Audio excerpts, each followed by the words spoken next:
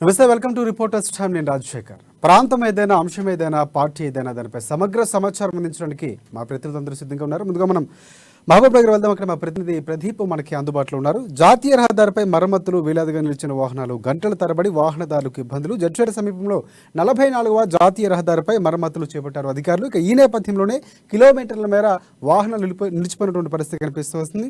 అత్యవసర పరిస్థితులు, సుదూర ప్రాంతాలకు వెళ్లే వాహనదారులు తీవ్ర ఇబ్బందులు పడినటువంటి పరిస్థితి. మొత్తానికి అక్కడ ఉన్న పూర్తి పరిస్థితి ఏంటి, దానికి సంబంధించిన అప్డేట్స్ ఏంటి ప్రదీప్, చెప్పండి. Good evening Rajasekhar.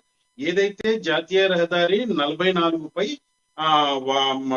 దాదాపు గంటల తరబడి రోడ్డు మరమ్మతులు పనులు చేస్తుండటంతో వాహనాలు నిలిచిపోయినటువంటి సంఘటన జరిగింది. అయితే ఈ రోజు ఉదయం 6 గంటల నుంచి దాదాపు హైదరాబాదు అటు కర్నూలు వైపు, బెంగళూరు వైపు వెళ్లే వాహనాలు మొత్తం వన్ వే కావడంతో ఒకటే దారిలో వాహనాలు అటు ఇటు వదులుతుండటంతో వాహనదారులు అయితే ఇబ్బంది పడిన పరిస్థితి ఉంది. దాదాపు కిలోమీటర్ల మేర, దాదాపు 5 నుంచి 10 కిలోమీటర్ల మేర వాహనాలు అయితే నిలిచిపోయి ప్రయాణికులు తీవ్ర ఇబ్బందులు అయితే పడ్డారని చెప్పొచ్చు.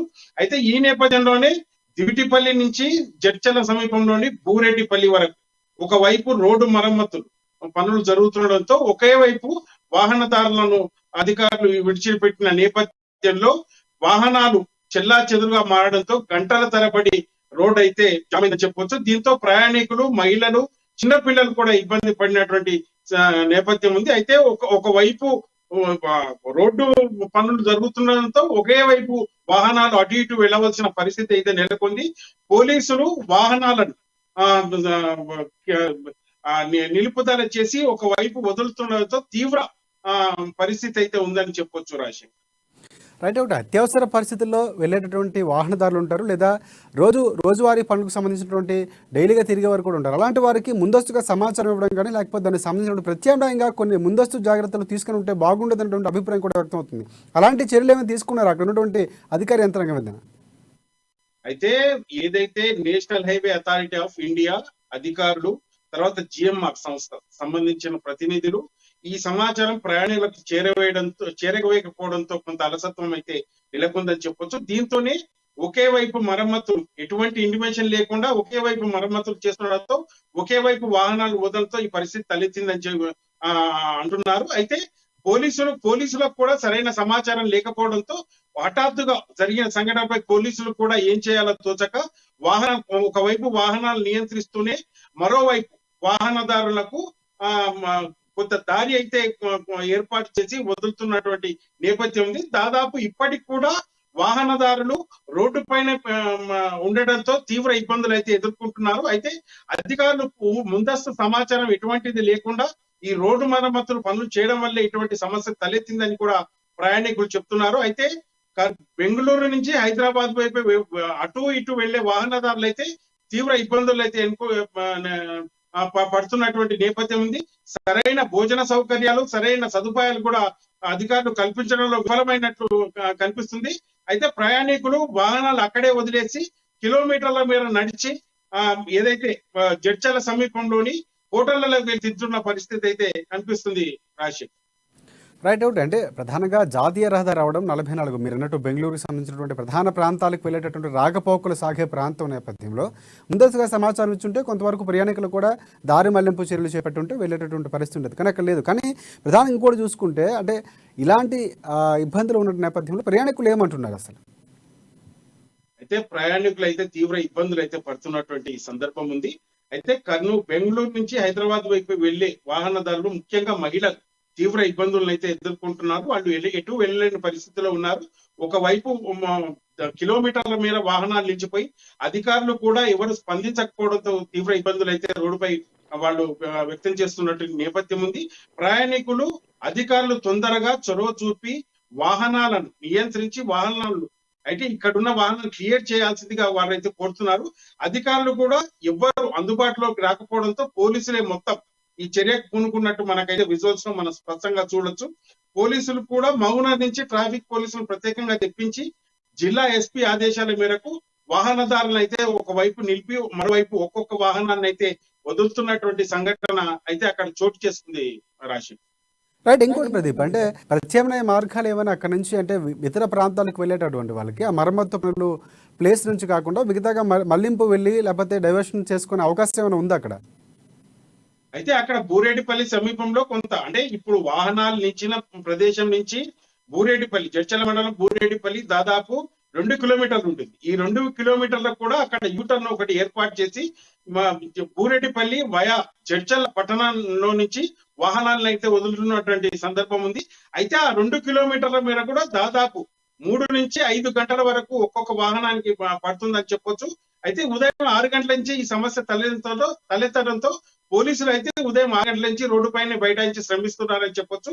పోలీసులు ఒక్కొక్క వాహనాన్ని బూరెడ్డిపల్లి నుంచి కొన్ని వాహనాలు జడ్చల పట్టణం మీదుగా వదులుతున్నటువంటి నేపథ్యం ఉంది. కొన్ని వాహనాలు ప్రదీప్, ఫైనల్ గా అంటే ఈ పనులు ఎప్పటి వరకు ఉన్నాయి, అసలు పూర్తయినటువంటి పరిస్థితి ఉందా, మరమ్మతులకు సంబంధించిన పనులు ఎప్పటి వరకు ఉంటాయి అనేది అధికారులు చెప్పినటువంటి పరిస్థితి ఉందా? అయితే ఈ మరమ్మతులు అయితే మరో 2 రోజుల పాటు ఉండొచ్చు అని అధికారులు అయితే ఇప్పటికే చెప్తున్నారు. ఈ 2 రోజుల పాటు వాహనాలను నియంత్రిస్తామని, ఎక్కడి వాహనాలు అంటే అటు మహబూబా నుంచి ఇటు జడ్చల పట్టణం నుంచి కొన్ని వాహనాలు వదులుతామంటూ కూడా అధికారులు చెప్తున్నారు. మరో 2 రోజుల పాటు ఈ మరమ్మతులు చేస్తున్నట్టు కూడా అధికారులు చెప్తున్నారు. రాశి, థ్యాంక్స్ ఫర్ అప్డేట్స్ ప్రదీప్. అది అక్కడ ఉన్నటువంటి పరిస్థితి. ఒకవేళ 44వ జాతీయ రహదారిపై వెళ్తే కనుక కొంచెం 2 రోజులు పని ఉండే అవకాశం కాబట్టి కొంచెం ముందస్తుగా సమాచారం మీకుంటే తెలుసుకుని వెళ్ళే ప్రయత్నం అయితే చేయండి. నెక్స్ట్ మనం సునీల్, మెదక్ సంబంధించినటువంటి మా ప్రతినిధి సునీల్ మనకి అందుబాటులో ఉన్నారు. సంగారెడ్డి జిల్లాలో సీజనల్ వ్యాధుల విజృంభణ, ఎడతెరిపి లేకుండా కురిసినటువంటి వర్షాలు, నీటి మునిగిన కాలనీలు. నారాయణఖేడ్ పట్టణంలో రహమాన్ కాలనీలో పరిస్థితి మరీ అధ్వానంగా ఉన్నటువంటి పరిస్థితి కనిపిస్తుంది. సీసీ రోడ్డు లేకపోవడంతో వర్షం వచ్చినప్పుడల్లా నరకం చూస్తున్నామంటూ ఆ కాలనీ వాసులు ఆవేదన వ్యక్తం చేసినటువంటి పరిస్థితి. ప్రమాదకరంగా మారిన సదాశివపేట మున్సిపల్ పరిధిలోని సిద్ధాపూర్ రోడ్, మొత్తానికి అక్కడ ఉన్నటువంటి పరిస్థితి వర్షాలు ప్రతి అతలకుతలమైనటువంటి పరిస్థితి కనిపిస్తూ ఉంది. లోతట్టు ప్రాంతాలు అవడం, పైగా ఎక్కువ ప్రభావం ఉన్నటువంటి పరిస్థితి కనిపిస్తూ ఉంది. మొత్తం అక్కడ ఉన్నటువంటి పరిస్థితులు ఏంటి, దానికి సంబంధించిన అప్డేట్స్ అందిస్తారు. సునీల్, చెప్పండి. సంగారెడ్డి జిల్లాలో ఇటీవల ఎడతెరిపి లేకుండా భారీ వర్షాలు కురిశాయి. నేపథ్యంలో చాలా చోట్ల, చాలా గ్రామాల్లో మున్సిపాలిటీ పరిధిలో మట్టి రోడ్లు ఉండడంతో చిత్తడిగా మారాయి. మరోవైపు వర్షం తగ్గినప్పటికీ కూడా చాలా కాలనీలో నీరు నిలిచి ఉంది. ముఖ్యంగా చూసుకున్నట్లయితే నారాయణఖేడ్ పట్టణంలోని రెహమాన్ కాలనీలో నీరు, మనం విజువల్స్ లో చూస్తున్నాం, నీరు నిలిచి ఉంది. మరోవైపు పందుల స్వైర విహారం కొనసాగుతోంది. సీజనల్ వ్యాధులు విజృంభిస్తున్న నేపథ్యంలో అప్రమత్తంగా ఉండాల్సిన మున్సిపల్ అధికారులతో పాటు స్థానిక పాలకులు పట్టించుకోకపోవడంతో ఈ పరిస్థితి ఏర్పడిందని చెప్పి కూడా స్థానికులు ఆరోపిస్తున్నారు. మరోవైపు కొండాపూర్ మండలంలో చాలా రోడ్లు కూడా ధ్వంసమయ్యాయి. సైదాపూర్ లో రోడ్లపై వరి నాట్లు వేసి నిరసన వ్యక్తం చేశారు స్థానికులు. మరోవైపు సదాశివపేట మున్సిపాలిటీ పరిధిలోని బస్టాండ్ కానివ్వండి, సదాశివపేట బస్టాండ్ కానివ్వండి, లేదంటే సిద్ధాపూర్ రోడ్డు పూర్తిగా అధ్వానంగా మారినటువంటి పరిస్థితి, ప్రమాదకరంగా ఉన్నటువంటి పరిస్థితి ఉంది. మరోవైపు అభివృద్ధి నిధులు విడుదల చేస్తున్నామని చెప్పి కేసీఆర్ చెప్పడం, స్థానికంగా ఉన్న బీఆర్ఎస్ పార్టీకి చెందిన ఎమ్మెల్యేలు, ప్రజాప్రతినిధులు చెప్తున్నప్పటికీ కూడా వాస్తవ పరిస్థితి మాత్రం అందుకు భిన్నంగా ఉందని చెప్పవచ్చు. ఏళ్లు గడుస్తున్నప్పటికీ కూడా ఇప్పటి వరకు సీసీ రోడ్లు మున్సిపాలిటీలో, గ్రామాల్లో లేకపోవడం హాస్యాస్పదం కూడా స్థానికులు చెప్తా ఉన్నారు.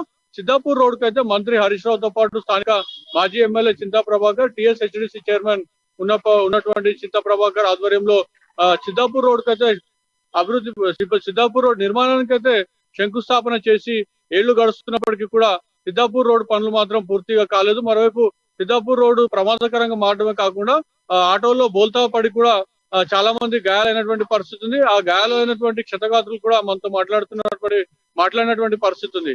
మొత్తానికి ప్రభుత్వం చెప్తున్నది ఒకటి, స్థానికంగా ఉన్నటువంటి పరిస్థితులు అందుకు భిన్నంగా ఉన్నాయి. అధికార పార్టీ నేతలపై మాత్రం తీవ్ర విమర్శలు గుప్పిస్తున్నారు స్థానికులు.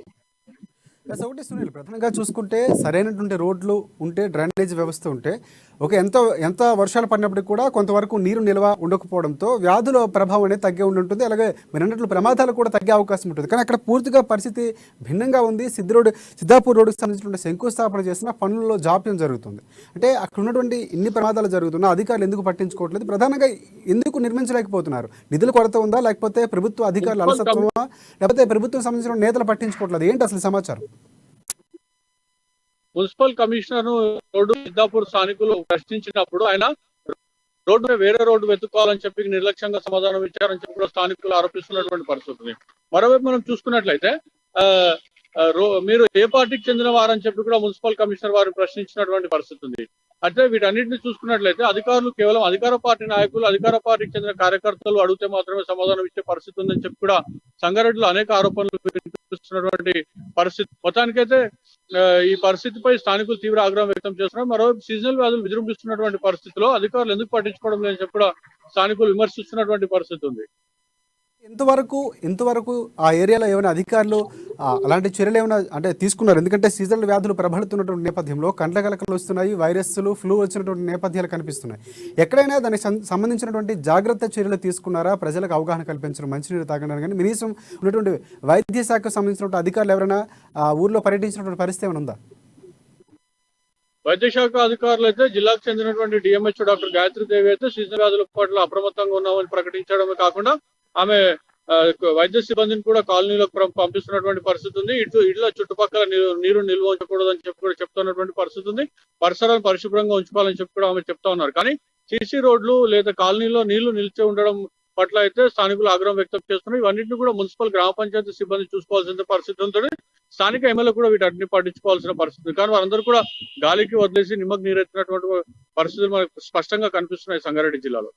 రైట్ సునీల్, ఒకటి అంటే సాధారణంగా ఫ్లూస్ వచ్చినప్పుడు కానీ లేకపోతే వర్షాలు పడినప్పుడు కానీ ఇబ్బందులు పడినటువంటి పరిస్థితులు ఉంటాయి. కానీ ఇక్కడ అధికారులు చెప్తున్నటువంటి మాటలు కానీ లేకపోతే స్థానికంగా ఉన్న నేతలు చెప్తున్నారు మా పార్టీ అయితేనే మేము చేస్తామని చెప్పడం అనేది ఏ విధంగా చూడొచ్చు అంటారు? అంటే ఓటర్లు ఎవరైతే వేశారో వాళ్ళకి మాత్రం న్యాయం చేస్తారో, అందరికీ సంబంధించినటువంటి నేతలు కాదా?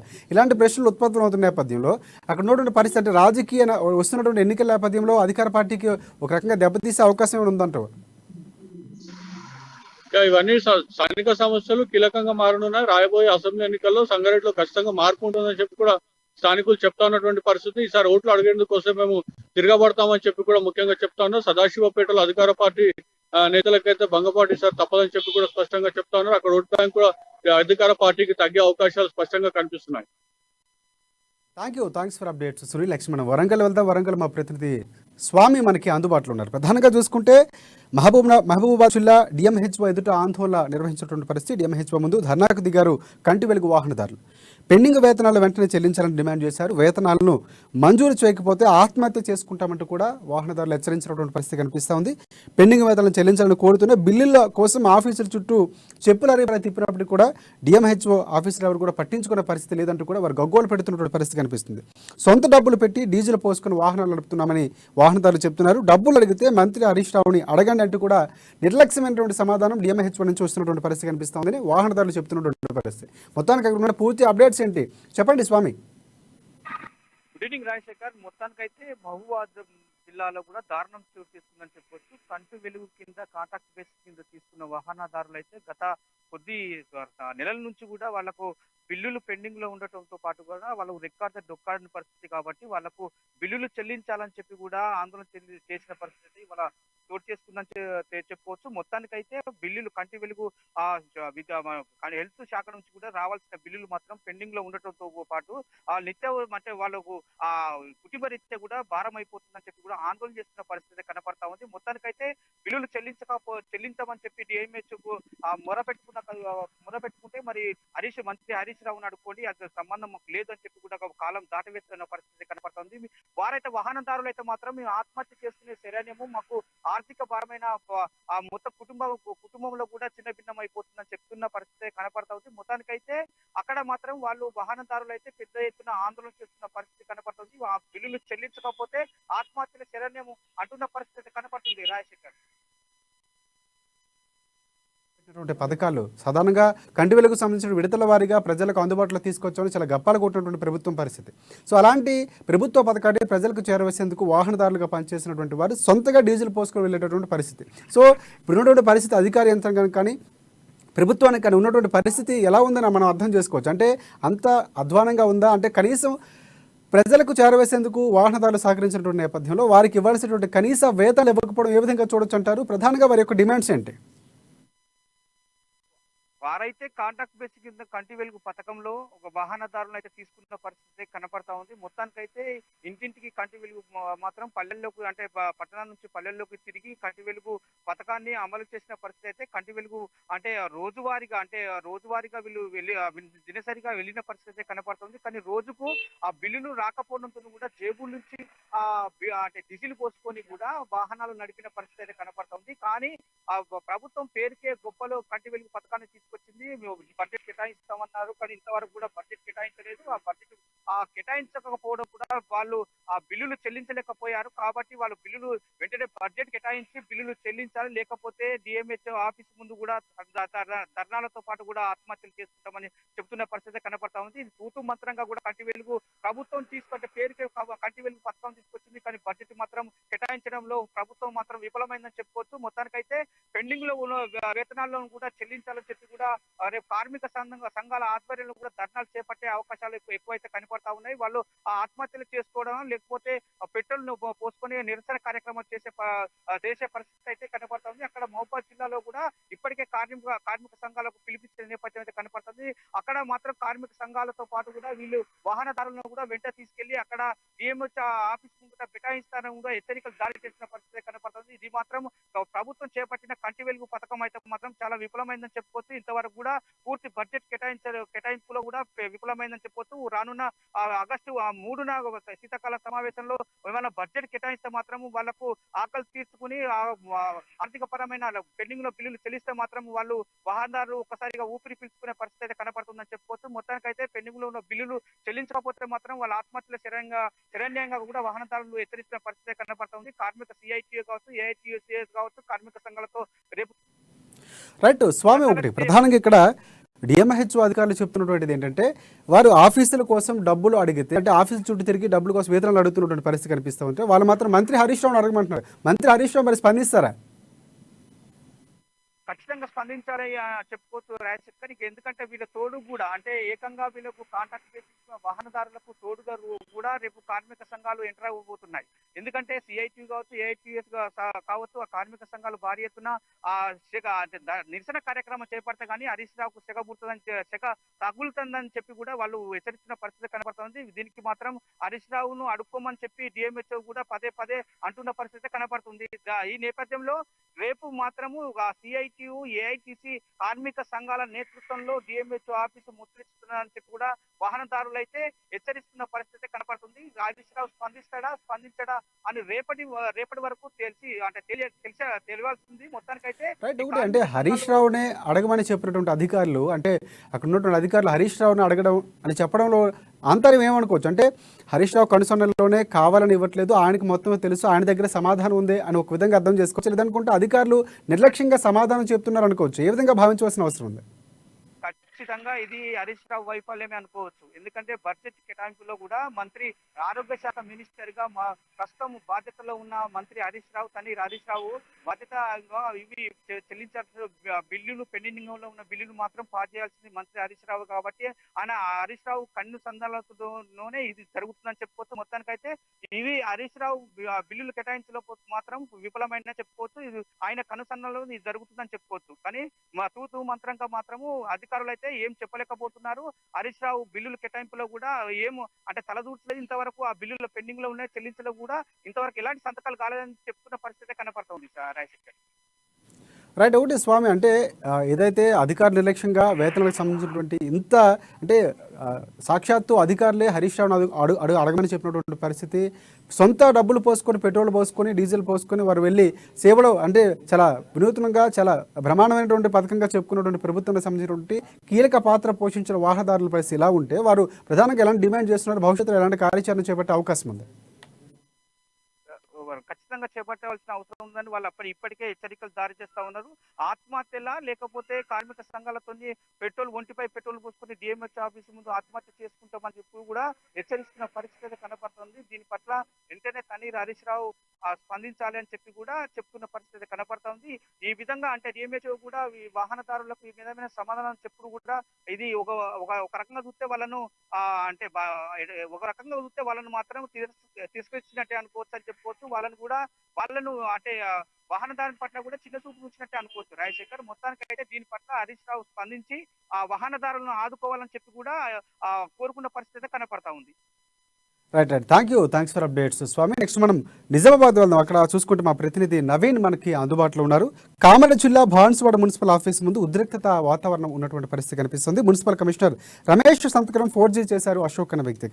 నిందితుడిపై కేసు నమోదు చేయాలని విపక్షాలు డిమాండ్ చేస్తున్నటువంటి పరిస్థితి, పోలీసులకు విపక్ష నేతలకు మధ్య వాగ్వాదం తోపులాట చోటు చేసుకున్నటువంటి పరిస్థితి కనిపిస్తుంది. మొత్తానికి అక్కడ ఉన్నటువంటి పూర్తి పరిస్థితి ఏంటి, దానికి సంబంధించిన అప్డేట్స్ ఏంటి నవీన్ చెప్పండి. అధికార పార్టీకి చెందినటువంటి ఓ నాయకుడు ఏకంగా మున్సిపల్ కమిషనర్ ఫోర్జరీ చేశారంటూ కూడా ప్రతిపక్ష నాయకులు మున్సిపల్ కార్యాలయం ముందు ధర్నా చేపట్టారు. ఇది మనకు ముఖ్యంగా ఇక్కడ ఇటు ప్రతిపక్ష కాంగ్రెస్ బీజేపీ నాయకులు కూడా మనతో ఉన్నారు. వీరు అడిగి మరొక ధర్నా చేపట్టారు మున్సిపల్ దగ్గర. కారణం ఏంటి?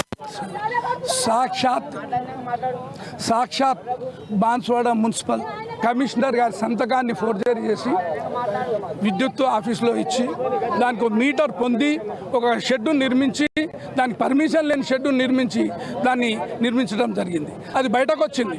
ఒక యువకుడు దాన్ని చట్టం ద్వారా సమాచార చట్టం ద్వారా తీసుకుంటే అప్పుడు కానీ కమిషనర్ గారికి మేలుకు కాలే.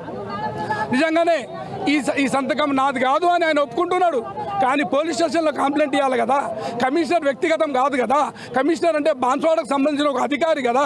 బాన్స్వాడకు సంబంధించిన అధికారి మరి ఆయన సంతకం ఫోర్జరీ అయినప్పుడు ఈ బాన్స్వాడ మొత్తం ఫోర్జరీకి గురైపోయినట్టే కదా. దాన్ని మేము ఆయన దృష్టికి తీసుకొచ్చి, బాబు ఇది పద్ధతి కాదు, నువ్వు ఏదైతే ఉన్నావో దీన్ని నువ్వు కంప్లైంట్ ఇచ్చినావు కరెక్ట్, అడుగుతున్నావు ఎలక్ట్రిసిటీ వాళ్ళకు, కానీ దీని మీద చర్య తీసుకోవాలని మేము ఆయన కోరినప్పుడు నేను ఈరోజు సాయంత్రం పోయి పోలీస్ స్టేషన్ కంప్లైంట్ ఇస్తాను. సుమారు 15 రోజులు అయింది, ఇప్పటివరకు పోలీస్ కంప్లైంట్ ఇవ్వలేదు. దాన్ని దృష్టిలో పెట్టుకొని మరి ఇక్కడ ఇది ఒకటే కాదు, ఇంకెన్ని ఉన్నాయి. దొరికితే దొంగ, దొరకకపోతే దొర అన్నట్టు మరి ఇంకా ఎన్ని ఉన్నాయో వీటన్నింటిని కూడా తీయాలి. ఇక్కడ అక్రమ లేఅవుట్లు జరుగుతూ ఉన్నాయి, అక్రమ పర్మిషన్లు జరుగుతూ ఉన్నాయి. గ్రామ పంచాయతీ పాత గ్రామ పంచాయతీ పర్మిషన్ ఇస్తే దాంట్లోనే షెడ్లు వేసుకొని ఇప్పుడు విలాసవంతమైన కిరాయిలకు ఇచ్చుకుంటే జీవితం గడుపుతూ ఉన్నారు ఇక్కడ కొంతమంది భూస్వాములు.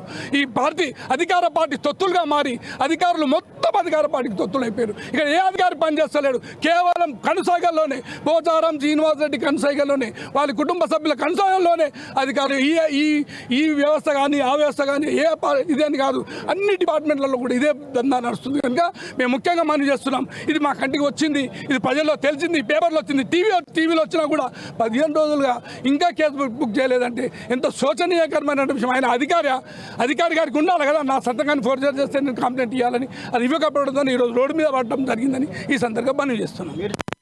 కార్యాలయం ముందు కూడా ధర్నా చేపట్టారు. కమిషనర్ ఏమంటున్నారు? కమిషనర్ ఏమంటాడు, మొత్తం కమిషనర్ అవినీతిలో కూడుకుపోయిండు.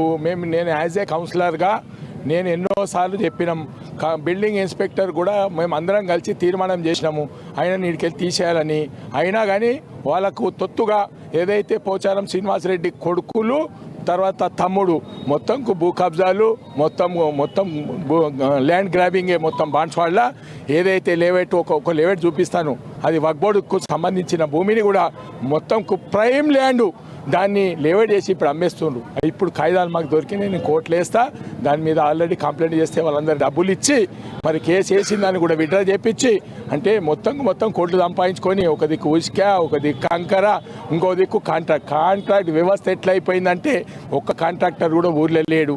మొత్తం వాళ్ళు పెట్టుకున్న కాంట్రాక్టర్లే, వాళ్ళ కార్యకర్తలే, వాళ్ళ కొడుకులే ఇప్పుడు మొత్తం దాచుకొని రేపు ఎలక్షన్ల ఖర్చు పెట్టడానికి కోసం ప్రయత్నం చేస్తున్నారు. మున్సిపాలిటీలో కూడా అవినీతితో కూడుకపోయింది. నేను కూడా కౌన్సిలర్ ఎన్నోసార్లు ఏలెత్తి చూపించినాం. ఎప్పుడు చూసినా 10,000 రూపాయలు లేకుండా ఒక బీదవాడు పర్మిషన్ పెట్టుకుంటే వయా ఎవరైతే అప్లై చేసుకుంటూ ఆన్లైన్లో ఆ వ్యక్తులతోటి 10,000 రూపాయలు తీసుకొని పర్మిషన్లు ఇస్తున్నారంటే మొత్తం అందరు పంచుకుంటున్నారు. కమిషనరు, చైర్మను, మరి బిల్డింగ్ ఇన్స్పెక్టర్ అందరు కలిసి పంచుకుంటారు. 10,000, 20,000, 30,000, 50,000, 1,00,000. ఇక ఎట్లాంటి అడ్డగోలు పర్మిషన్లు. వాళ్ళకి డబ్బులు ఇస్తే పర్మిషను, వాళ్ళకి డబ్బులు ఇవ్వకపోతే అని పర్మిషన్ తీసి మాకు కావడేస్తారు. ఆ పరిస్థితి ఉన్నది కాబట్టి మొన్న చూసినాం. మరి ఒక ఫోర్జరీ కేసు అయింది. ఆ కేసును వాళ్ళకు సంబంధించినటువంటి కార్యకర్త కాబట్టి వాళ్ళు ఖచ్చితంగా దాని మీద కంప్లైంట్ ఇవ్వాలి. 20 రోజులు అయింది. 20 రోజుల నుంచి ప్రతినిత్యం అడిగితే నేను ఇచ్చిన అంటాడు. నిన్న సీఏ గారికి అడిగితే మాకు కంప్లైంట్ ఇస్తే ఇప్పటిదాకా ఎందుకు ఒప్పుకుంటాం, బరాబర్ కేసు రిజిస్టర్ సరే వాళ్ళ పని వాళ్ళు చేసిండ్రు. వాళ్ళు ఏదన్నా ఇక వాళ్ళు అధికార పార్టీ వాళ్ళు చెప్పినప్పుడు వాళ్ళు సామాన్యంగా ఏది చేయాలో అది చేసేసారు. దానికి కూడా మేము భయపడము, కేసులు పెట్టినా భయపడము, కొట్టినా భయపడము. ఇసుంటి ఎన్నో తిన్నాం, ఎన్నో చూసినాం, దేనికి భయపడం. ఉద్యమం మాత్రం ఆపము. ఖచ్చితంగా పోచారం మీద ఇక యుద్ధం స్టార్ట్ అయిపోయింది. అందరు కలుపుకొని చేస్తాం, మా ఒక్కరిది కాదు ఇది. ఇది ప్రజల ఉద్యమం కాబట్టి అందరు కలిసి రావాలా, అన్ని కులాలు కలిసి రావాలా, అన్ని పార్టీలు కలిసి రావాలా. అందరినీ కూడా వాళ్ళు కూడా టీఆర్ఎస్ వాళ్ళు కూడా వస్తే కూడా కలుపుకుంటాం. మాదేమున్నది, ఉద్యమం చేసేటప్పుడు ఎవరైతే ఏమున్నది వాళ్ళు రాక వాళ్ళను ఉసిగొల్పి మా మీదకి పంపిస్తారు కాబట్టి ఇసుంటి ఉసిగొల్పి మస్తు చూసినాం, మస్తు యుద్ధాలు చేసినాం. ఇవన్నీ పక్క పెట్టి మరి ముందుకు పోతున్నాం. టీపీఓకి ఏం చేశారు, రాత్రి ఇంట్లో పెట్టుకొని అన్ని పేపర్లు రాపించుకొని 3 రోజులు చెంబురెడ్డి ఇంట్లో పెట్టుకొని రాపించుకొని వాడిని ఇక్కడికి వెళ్ళి ట్రాన్స్ఫర్ చేశారు, అన్ని బయటకు వస్తాయని. అంటే ఇంత అవినీతి ఉందన్నట్ల దొంగతనం చేసే వ్యక్తులే వాళ్ళు మందికి దొంగలు అంటారు కాబట్టి పచ్చి దొంగలు వాళ్ళే. ప్రజలే తీర్పిస్తున్నారు. ప్రజలలో ఇప్పుడు ఉన్నది తిరిగితే తెలుస్తుంది. ఇంత డెవలప్ చేసినా అంత డెవలప్ చేసినా మాటలకే చెప్తున్నాను కానీ దాని వెనుక అవినీతి ఎంత ఫండ్స్ తీసుకొచ్చిందో అంత 30% వాళ్ళ జేబులో ఉన్నాయి. 30% మొత్తం దాచుకొని ఇల్లు కట్టుకుంటే 4,20,000 ఇస్తారు, 5 లక్షలు రావాలి. అయితే మళ్ళీ క్లెయిమ్ చేసుకుంటున్నారు. ఆ 70,000 వాళ్ళు క్లెయిమ్ చేస్తారు. వాళ్ళ పార్టీకి సంబంధించినట్ల కార్యకర్తలకు వాళ్ళ కొడుకుల పేరు మీద వాళ్ళ చుట్టాల పేరు మీద అగ్రిమెంట్ చేసుకొని ఒక్కొక్క ఇల్లుకు 70,000 రూపాయలు దోసుకుంటారంటే మామూలు ప్రజలకే దోసుకుంటే ట్రాక్టర్లు ఉన్నాయి. ఇక్కడ షోరూమ్ పెట్టిండు. ప్రతి గ్రామ పంచాయతీ చిన్న గ్రామ పంచాయతీ కూడా ట్రాక్టర్లు ఇచ్చి ఇవాళ జీతాలు ఇవ్వలేని పరిస్థితి. వాళ్ళు ఏమి సఫైలో కూడా జీతాలు ఇవ్వలేక డీజిల్ పోయలేక పక్క కొడేసినటువంటి పరిస్థితి ఇప్పుడు కనబడుతుంది. మొత్తం కలెక్టర్లకు ఇంప్లైంట్ చేసి మొత్తం ట్రాక్టర్లు ఇలే. తర్వాత చేపలు ఆ చేపల కాడ కూడా ఇలా కొడుకుల భాగవతం ఉంది. ఆ చేపలను కూడా మరి నాణ్యత లేని చేపలు తీసుకొచ్చి చెర్లలో వేసి మరి దాంట్లో కూడా డబ్బులు దోసుకుంటారు. అంటే ఇంకెక్కడ దోసుకోవాలి, ఏం చేయాలి చెప్పండి. అంతా కూడా చెప్తున్న ఒక ఏకంగా మున్సిపల్ కమిషనర్ పేరు మీద ఇటు ఫోర్జరీ చేసి ల్యాండ్ చేస్తుంటే ఇంతవరకు అక్కడ అతని పేద తమ శాంతియుతంగా ధర్నా చేస్తుంటే దాడు చేసుకున్న పరిస్థితి ఇటు బాన్సువాడలో ప్రజాస్వామ్యం ఎక్కడ ఉందని చెప్పి కూడా వీరు చెప్తున్న పరిస్థితి మాత్రం కనిపిస్తుంది. కెమెరామెన్ వైపల్తో నవీన్, అమ్మాన్, నిజామాబాద్.